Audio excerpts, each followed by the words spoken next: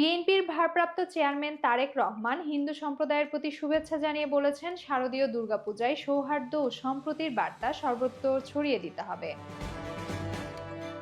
রবিবার ফেসবুকে দেওয়া এক ভিডিও বার্তায় তিনি বলেন, বাংলাদেশের মানুষ বহু যুগ ধরে ভিন্ন ধর্ম, গোত্র ও সম্প্রদায়ের মধ্যে সৌহার্দ্য ও ভ্রাতৃত্বের বন্ধন বজায় রেখে আসছে।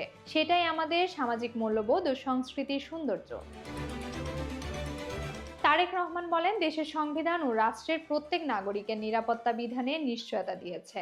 পবিত্র হাদিসেও বলা হয়েছে, রাষ্ট্রের নিরাপত্তা প্রাপ্ত অমুসলিমদের অধিকার খর্ব করা বা নির্যাতন করা গুরুতর অপরাধ। কিয়ামতের দিন এর জবাবদিহি করতে হবে। তিনি আরো বলেন, ফেসিবাদী শাসনামলে যেমন সাম্প্রদায়িক পরিস্থিতি সৃষ্টি করা হতো, এবার যেন তেমন অপচেষ্টা না করা হয়।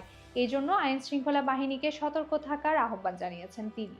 হিন্দু সম্প্রদায়ের উদ্দেশ্যে বিএনপির ভারপ্রাপ্ত চেয়ারম্যান বলেন, আপনারা নিশ্চিন্তে ও নিরাপদে সারা দেশে দুর্গাপূজার উৎসব পালন করুন। ধর্ম যার যার, রাষ্ট্র সবার, এই বিশ্বাসে বিএনপি আপনাদের পাশে রয়েছে। শেষে তিনি আবারও শারদীয় দুর্গাপূজার আন্তরিক শুভেচ্ছা জানান। আমি নাবিবা রহমান, সত্য খবর, SKTV 24 থেকে।